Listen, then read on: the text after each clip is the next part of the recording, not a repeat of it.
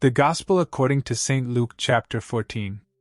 And it came to pass, as he went into the house of one of the chief Pharisees to eat bread on the Sabbath day, that they watched him. And, behold, there was a certain man before him which had the dropsy. And Jesus answering spake unto the lawyers and Pharisees, saying, Is it lawful to heal on the Sabbath day?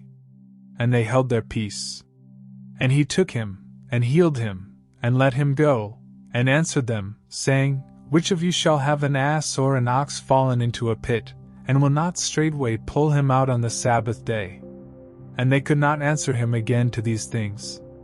And he put forth a parable to those which were bidden, when he marked how they chose out the chief rooms, saying unto them, When thou art bidden of any man to a wedding, sit not down in the highest room, lest a more honorable man than thou be bidden of him. And he that bade thee and him come and say to thee, Give this man place, and now begin with shame to take the lowest room.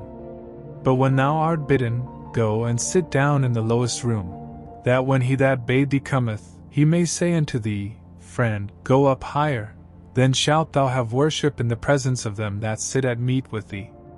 For whosoever exalteth himself shall be abased, and he that humbleth himself shall be exalted.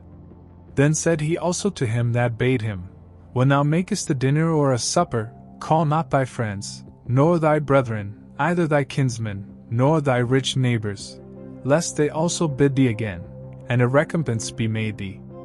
But when thou makest a feast, call the poor, the maimed, the lame, the blind, and thou shalt be blessed, for they cannot recompense thee, for thou shalt be recompensed at the resurrection of the just. And when one of them that sat at meat with him heard these things, he said unto him, Blessed is he that shall eat bread in the kingdom of God. Then said he unto him, A certain man made a great supper, and bade many, and sent his servant at supper time to say to them that were bidden, Come, for all things are now ready. And they all with one consent began to make excuse. The first said unto him, I have bought a piece of ground, and I must needs go and see it. I pray thee have me excused. And another said, I have bought 5 yoke of oxen, and I go to prove them.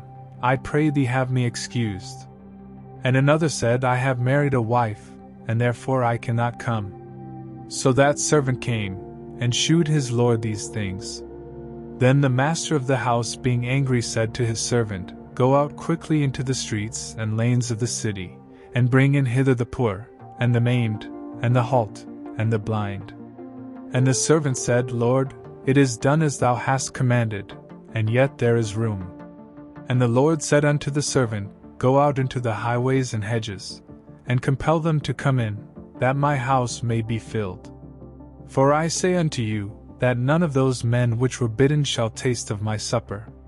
And there went great multitudes with him, and he turned, and said unto them, If any man come to me, and hate not his father, and mother, and wife, and children, and brethren, and sisters, yea, and his own life also, he cannot be my disciple. And whosoever doth not bear his cross, and come after me, cannot be my disciple. For which of you, intending to build a tower, sitteth not down first, and counteth the cost, whether he have sufficient to finish it? Lest haply, after he hath laid the foundation, and is not able to finish it, all that behold it begin to mock him, saying, This man began to build, and was not able to finish. Or what king, going to make war against another king, sitteth not down first, and consulteth whether he be able with 10,000 to meet him that cometh against him with 20,000? Or else, while the other is yet a great way off, he sendeth an ambassage, and desireth conditions of peace. So likewise, whosoever he be of you that forsakes not all that he hath, he cannot be my disciple. Salt is good, but if the salt have lost his savour, wherewith shall it be seasoned? It is neither fit for the land, nor yet for the dunghill, but men cast it out. He that hath ears to hear, let him hear.